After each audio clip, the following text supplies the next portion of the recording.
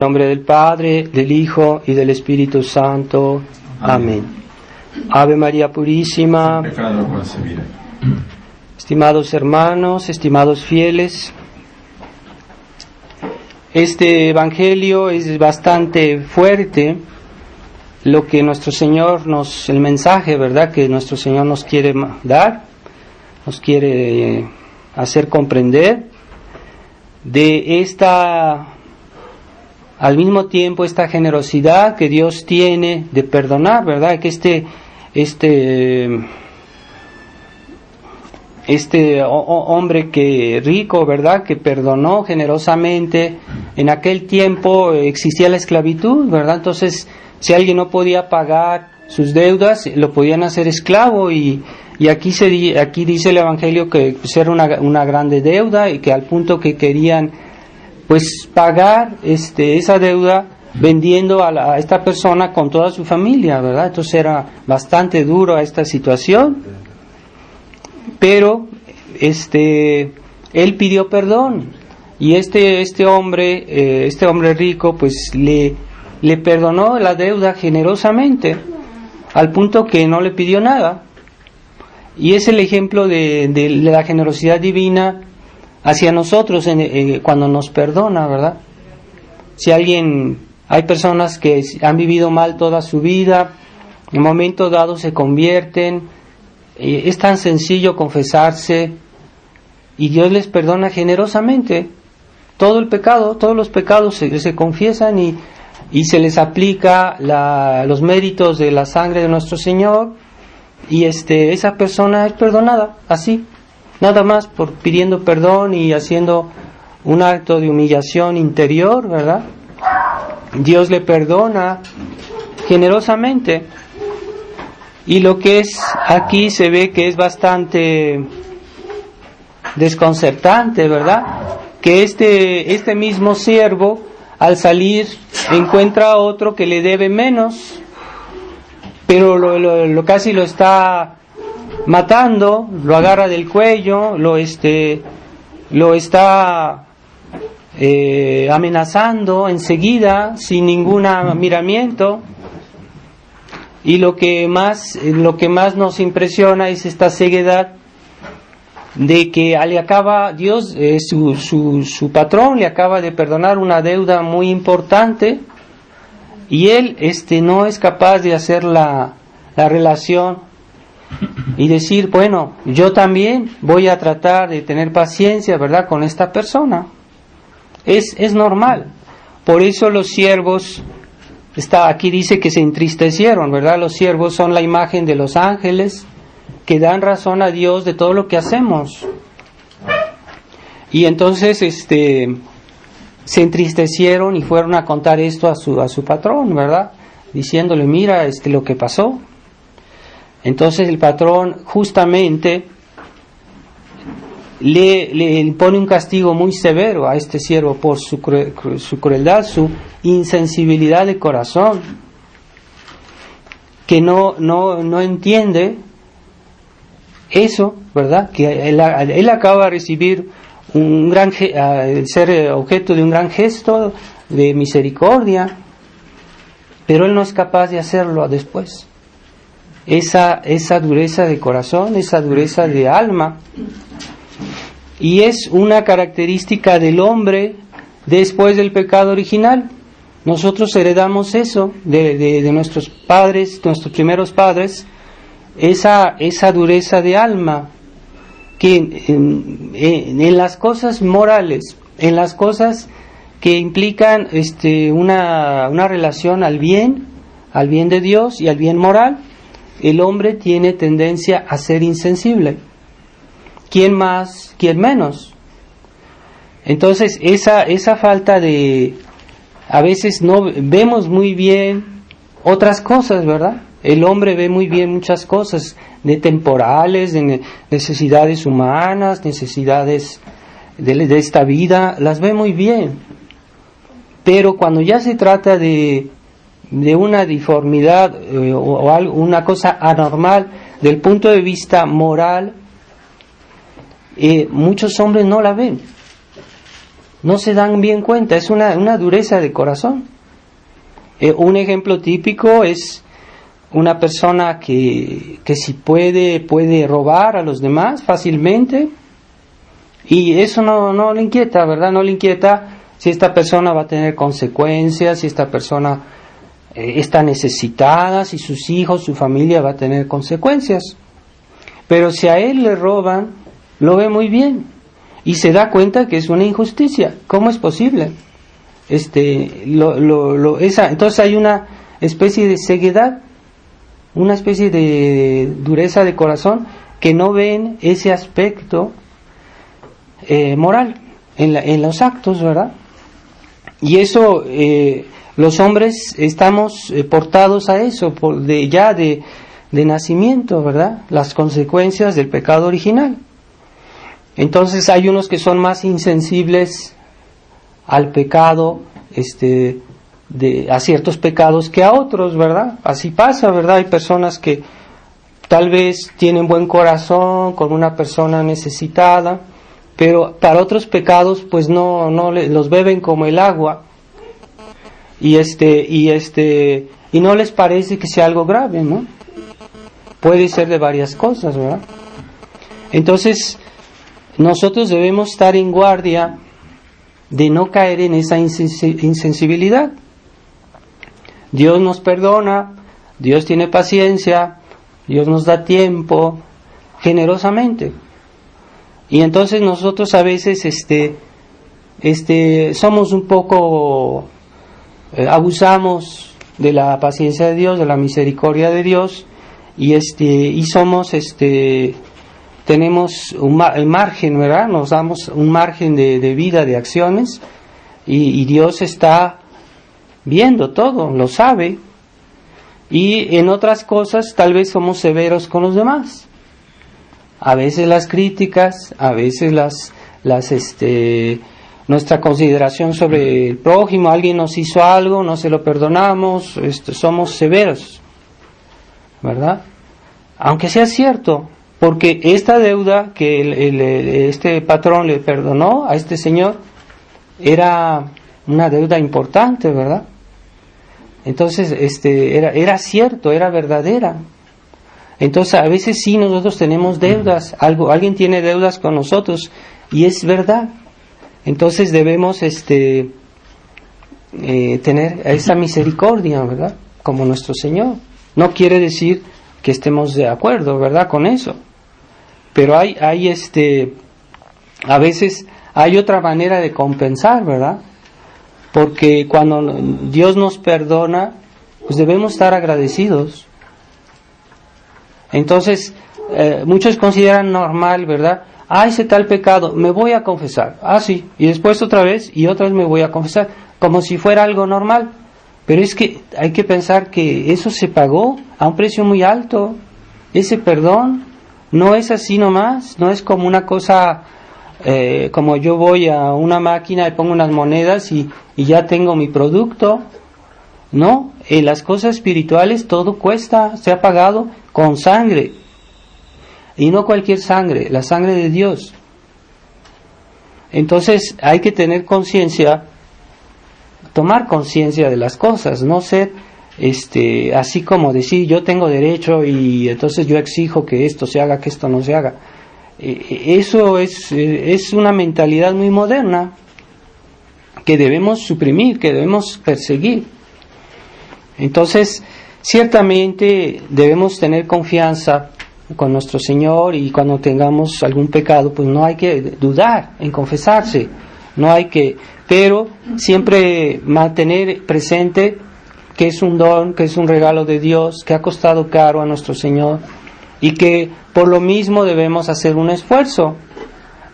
Somos pecadores, ciertamente, Dios toma en cuenta nuestra debilidad, pero no quiere decir que nosotros nos hagamos insensibles a ese don y así recibirlo de una manera un poco así indiferente, simplemente por el hecho de que es fácil, ¿verdad? Pero no. Entonces esa insensibilidad moral, como decía, se puede tener a varios niveles, ¿verdad? Hay quienes son insensibles por ejemplo, las cuestiones de honestidad, de justicia, ¿verdad? Y hacen eso como si no hay problema. Otros son insensibles a la mentira, dicen mentiras y les dicen, bueno, esto sí se puede porque es una mentirita. Entonces, aunque sea un pecadillo, yo lo puedo decir, no es grave. Pues no, es un pecado, aunque sea pecadito.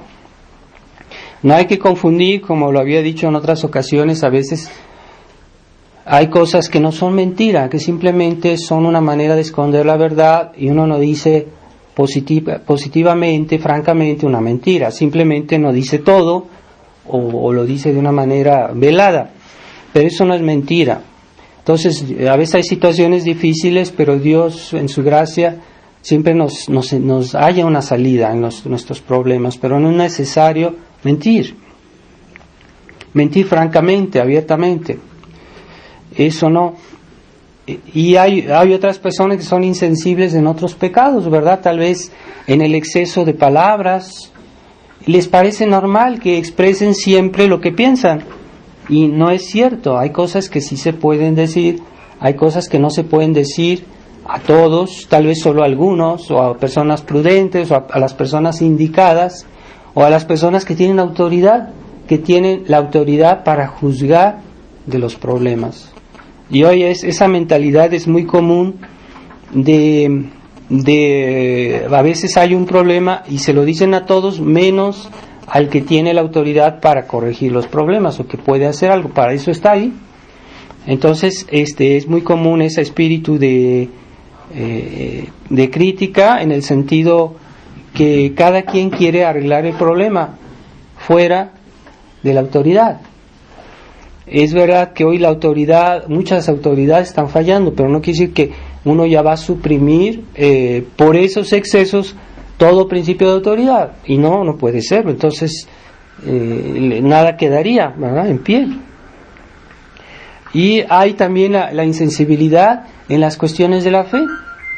Hay personas que son muy buenas, tal vez humanamente hablando, que pueden hacer actos de misericordia, ayudar a los demás, tener buenas cualidades, ¿verdad? Pero que son insensibles en cuestiones de fe, en cuestiones que comprometen a la fe. Y ese es un mal que se está agravando. No se ve tanto que eso es algo muy malo, porque la gente juzga siempre las cosas de una manera exterior. Pero en realidad el pecado contra la fe es gravísimo. Es el pecado más grave que hay. Entonces una persona que es honesta, que no dice mentiras, que es buena con los demás, pero que pierde la fe, pues es suficiente para que vaya al infierno, si muere en ese estado, ¿verdad? Entonces hoy eso no inquieta a la gente moderna, a la gente de este mundo moderno. Si alguien es protestante, si alguien es musulmán, o un católico que decide cambiar de religión, bueno, pues eso es como es cosa suya, no se inquietan de eso, no ven la gravedad de ese pecado. Pero Santo Tomás, los teólogos, es el peor pecado que hay, porque es un insulto a Dios, aunque no se note en la vida humana, aunque parezca que una persona es buena, pero humanamente hablando, pero hay un pecado teológico, es decir, una ofensa a Dios como Dios. Y ahí es un pecado más grave que los demás pecados, porque eso va directamente contra Dios. Decir que Dios es mentiroso es una ofensa muy grave, y negar alguna verdad de la fe, ponerla en duda, es decir que Dios es mentiroso, que Dios puede equivocarse. Entonces Dios no es Dios, porque si Dios puede equivocarse o si Dios puede engañarnos, Dios no es Dios.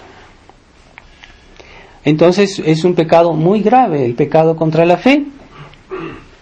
Y el demonio siempre encuentra nuevas astucias, nuevas maneras de hacer que la gente se condene.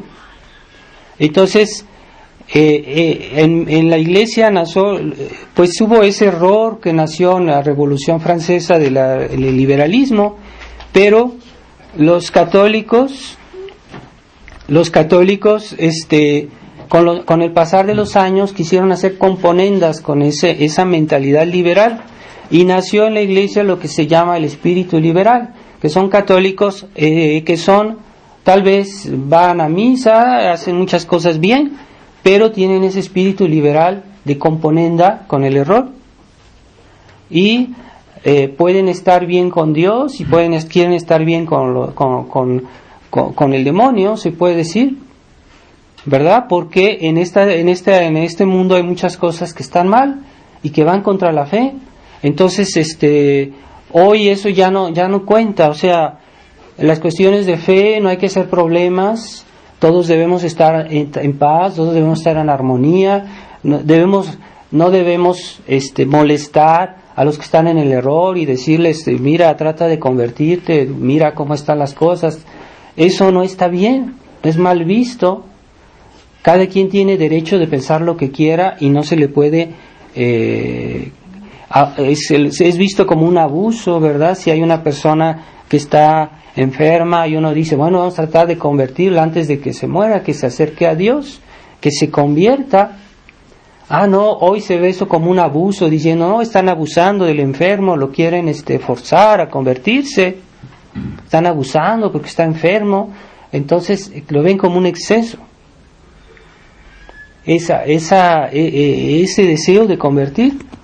Entonces ya no hay esa inquietud por decir, yo quiero estar bien con Dios, pero si quiero estar bien con Dios, primero debo creer en lo que Él es, lo que Él me dice, y ya después puedo amarlo, porque no lo puedo amar si no creo en Él.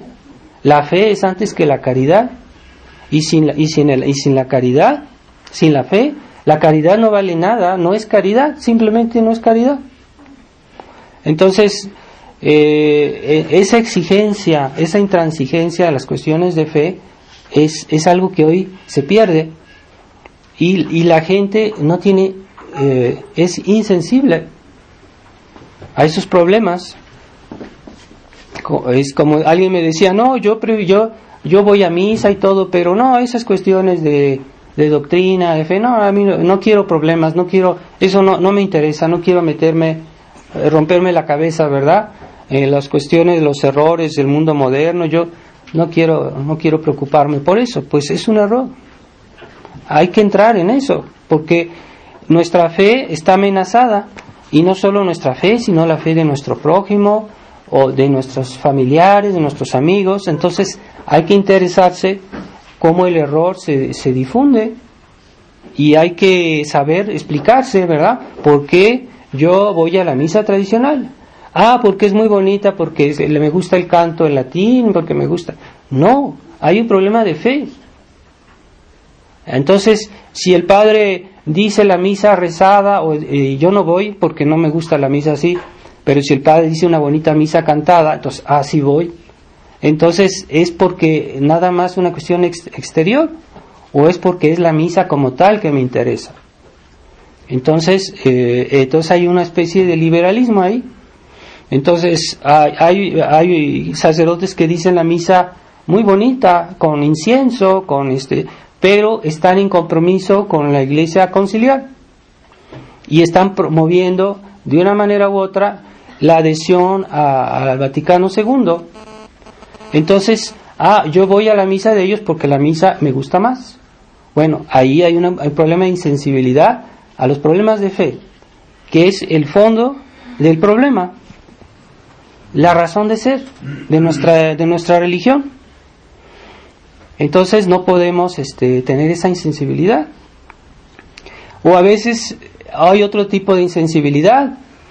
El demonio encuentra siempre nuevas astucias para hacer daño, y es decir, yo pienso así, pero vivo de otra manera. Esa incoherencia del pensamiento con los actos. Yo pienso así, pero voy a hacer otra cosa. Eso es espíritu liberal, porque las ideas dicen, yo creo en la fe, yo soy tradicionalista, pero hago cosas que no corresponden a lo que yo pienso, que son incoherentes. Y ahí hay otra insensibilidad, ¿verdad? ¿Cómo es posible que yo pensando esto hago algo que está en contrariedad a lo que yo pienso, a lo que es, a lo que Dios dice? Entonces, esa incoherencia también es pecado, porque es vivir como uno no piensa, esa incoherencia de los actos con los pensamientos. Es una forma de fariseísmo, porque los fariseos, nuestro Señor, ¿de qué los acusaba? Decía, dicen y no hacen. Es lo que dijo nuestro Señor cuando Él les reprochaba su actitud, y decía, porque dicen y no hacen. Entonces, ese es el espíritu liberal. Piensan pero no lo hacen. Entonces, yo no estoy de acuerdo con el Concilio Vaticano II, pero estoy participando a todos los frutos del Concilio Vaticano II, la misa, la doctrina, o una especie de mezcla, ¿verdad? Entonces, como yo la fraternidad nació criticando a los errores del concilio y sus consecuencias, pero entonces, ¿cómo yo voy a colaborar con esas personas que están destruyendo la iglesia? ¿Cómo es posible que yo haga la paz con ellos de una cierta manera y estar conviviendo con ellos, estar colaborando con ellos? ¿Cómo es posible si yo no estoy de acuerdo con ellos? Cuando en las epístolas, en la Biblia siempre nos recuerda alejarse del pecador, alejarse de los que viven en el error, alejarse de los que están contra Dios. Entonces, ¿cómo vamos a practicar con ellos?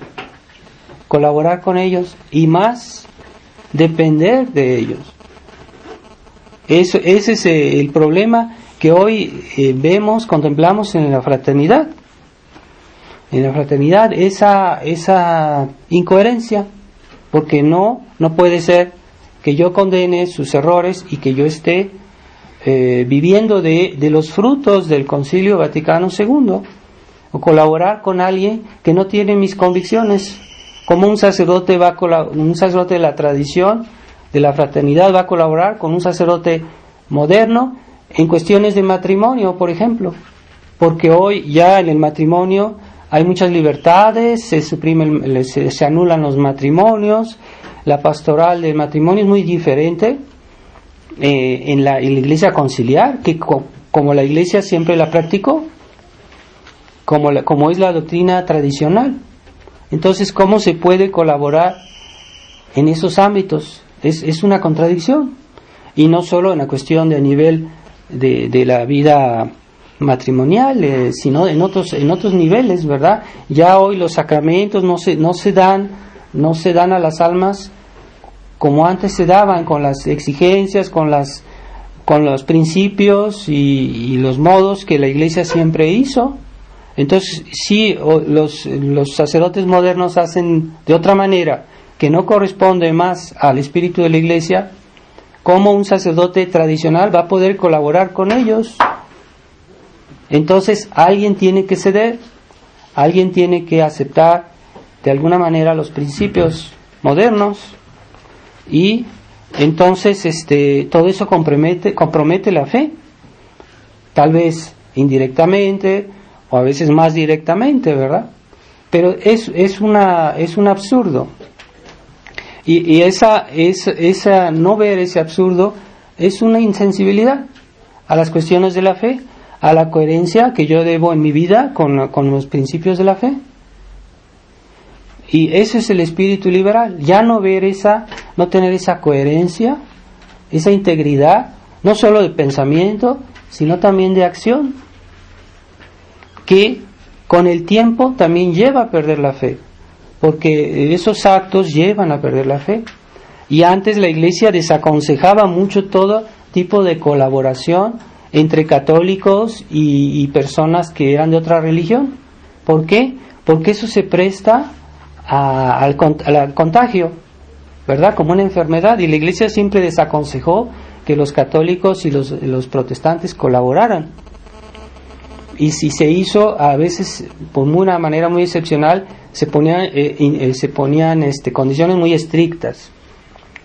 Hay que ver lo que se hacía en tiempo de Pío XI, ¿verdad? Cómo él condenó ese tipo de reuniones entre católicos y protestantes, fueron condenadas. Y hoy se hace como si fuera algo muy bonito, muy normal. Entonces, esa insensibilidad a las cuestiones de fe hacen que pues venga toda esa especie de mezcla que hay hoy en el mundo de todo, ¿verdad? El Papa fue a la ONU, no dijo ninguna vez el nombre de Jesús, hizo un discurso en la ONU, ni siquiera el nombre de Jesús, anda con personas de todo tipo y no les recuerda el Evangelio, lo cual es su misión, no dice la verdad y está incluso con una actitud de mucha benignidad con personas que viven en actitudes o en actos muy malos y no denuncia, no dice. Ante todo, no es una cuestión de bondad humana, es una cuestión de bondad sobrenatural, de lo que Dios dijo. Y el Papa, los sacerdotes, los ministros de Dios están ahí para repetir lo que Jesús dijo, la enseñanza de Jesús y de la Iglesia. Esa es la misión, antes que lo demás, porque como siempre de la fe depende toda la vida cristiana. Entonces, si no se ve la importancia de la fe, la vida cristiana es una ilusión. Entonces necesitamos tener esa intransigencia en los principios, sí, en las verdades de la fe y los principios que la fe nos da. Entonces ser sensibles a esas cosas, no decir yo estoy contra esto, entonces mi actitud debe ser de rechazo. Si yo estoy contra el error, mi actitud debe ser de rechazo, no puede ser una actitud así como de ambigüedad o no sé, o una actitud que no corresponde a lo que yo pienso, ¿verdad?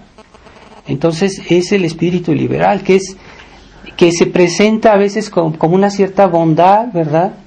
Una cierta bondad, una cierta benignidad a las personas y eso, pero se sacrifica la verdad. Entonces ahí se ve que el liberalismo es impío porque no quiere, no respeta la verdad de Dios. Entonces, aunque parezcan personas buenas, amables, incluso hasta una cierta humildad, pero es aparente, porque ¿cómo se puede ser bueno si uno rechaza a Dios? Si uno rechaza su verdad, ¿cómo se puede ser amable si uno realmente le está haciendo un daño a las demás personas por esa especie de actitud? ¿Cómo se puede ser humilde si uno no se somete primero a lo que Dios nos pide? Entonces es una apariencia muy engañosa y pues nosotros estamos tratando de conservar la fe. Hay personas que para venir a misa pues vienen de lejos y hacen grandes esfuerzos. ¿Por qué esos esfuerzos si tal vez en otras ciudades, en otros lugares hay otras misas, pero misas modernas? Bueno, pues porque esta es la misa tradicional, porque es la verdadera misa. Entonces ahí se ve que hay una intransigencia, una preocupación por lo que es verdadero y que aunque nos cueste, hay personas que me han dicho, padre, usted está bien, usted ha hecho bien esto por la cuestión de la resistencia contra la nueva línea de la fraternidad, pero no, usted está bien, pero yo no puedo porque tengo estas cositas, estos detalles. Entonces, no es razones de peso. Entonces, por cierta comodidad, sacrifican sus principios y no ven la primacía de la fe. Y la primacía de la fe es antes que todo lo demás. Entonces, si no existiera la primacía de la fe, no habría mártires. Porque los mártires dieron su vida. ¿Qué implica su vida? Pues todo lo que tenían, todo lo que son, todo lo que podían vivir en este mundo, lo sacrificaron todo por no negar a veces una sola verdad de la fe. una sola verdad de la fe. Eso es intransigencia cristiana, porque la fe es antes que todo, y porque la fe es el fundamento de la esperanza, de la caridad y de todas las virtudes y de los dones del Espíritu Santo y de toda la vida cristiana, que es lo que valoriza nuestras acciones, que nos hacen que nuestras acciones nos merezcan una recompensa eterna. Es la fe, es la fe. Entonces no podemos ser insensibles a esta vida de fe, a los principios de la fe, no debemos. Y eso se contagia, ¿verdad? Y tenemos tendencia a minimizar eso porque todo el mundo hace hoy eso. Porque si ustedes leen los periódicos, si ustedes ven las noticias, si ustedes ven aquí o allá, esa es la manera de vivir. Entonces, se dicen cosas que son realmente insultos contra la iglesia, contra Dios, contra la fe, y la gente, pues todo está de acuerdo. No les preocupa eso, no es una prioridad. Hoy la prioridad es la comodidad, la vida económica, las necesidades temporales. Eso es la prioridad en el mundo materialista de nuestra época. ¿Quién ve la necesidad de primero Dios, primero la fe? ¿Quién lo ve? Pocas personas. Esa vuelvo a decir, la insensibilidad del corazón a cuestiones primordiales de la vida cristiana. Entonces es como este hombre que fue insensible a los problemas de su prójimo, a pesar de que Dios le había perdonado, de que su patrón le había perdonado. Él no fue sensible al dolor de su prójimo. Pues es lo mismo, sensibilidad, dureza de corazón, que todos tenemos algo de eso. Entonces tengamos cuidado, ¿verdad? A veces unos somos más portados en algún aspecto, somos insensibles a ciertas verdades o a ciertos bienes, y no está bien, ¿verdad? Hay ciertas cosas las hacemos bien tal vez, pero otras no. Pero la vida cristiana es todo el bien. A veces por negar un solo bien podemos hacer un pecado mortal, ¿verdad? Entonces pidámosle a Dios que nos dé este sentido, que seamos dóciles a su verdad, a su enseñanza, a su ejemplo, a su fe, a la enseñanza de Dios, sobre todo cuestiones de fe, ¿verdad? No es cuestión de opinión, ¿verdad? Yo pienso, a mí me parece que, etcétera, ¿verdad? No, cuestiones de fe es lo que Dios dijo, lo que Dios enseñó por su iglesia. Eso no hay no hay dudas, no puede haber dudas, porque eso es seguro. Y si lo negamos, pues estamos poniendo en duda a Dios. Así que ciertamente hay cuestiones de fe que son difíciles de entender, pero no quiere decir que la estamos negando. A veces no entendemos, no sabemos cómo se explica, cómo se aplica, es otro problema, pero no negamos la verdad, ¿verdad? Esa es la. Entonces vamos a considerar en esta misa, pedirle a Dios que nos dé esta docilidad a toda verdad y a todo bien que viene de Dios. Vamos a pedirle a la Santísima Virgen, y también le pedimos por todas aquellas personas que no tienen tal vez la misa y que también tienen nuestras mismas convicciones, pero no tienen en su ciudad o en donde están ellos, no tienen la misa o todos los sacramentos. Entonces es doloroso para ellos, pero para salvarnos es suficiente tener la fe y la caridad. Entonces hay personas que viven, que tienen raramente los sacramentos, pero ese deseo, esa fe, esa vida de oración hace que de todos modos reciban, que tengan, aumenten su gracia en su corazón por esta actitud que ellos tienen. Y hay el ejemplo de Japón, que fueron unos misioneros y evangelizaron una parte del Japón hace muchos siglos. Después hubo una persecución y los emperadores de Japón expulsaron a todos los sacerdotes y a todos los misioneros, y los japoneses se quedaron sin sacerdotes. Esto parece ser que duró, no sé si 2 siglos, pero los japoneses siguieron rezando, siguieron creyendo, siguieron estudiando su catecismo y no perdieron la fe.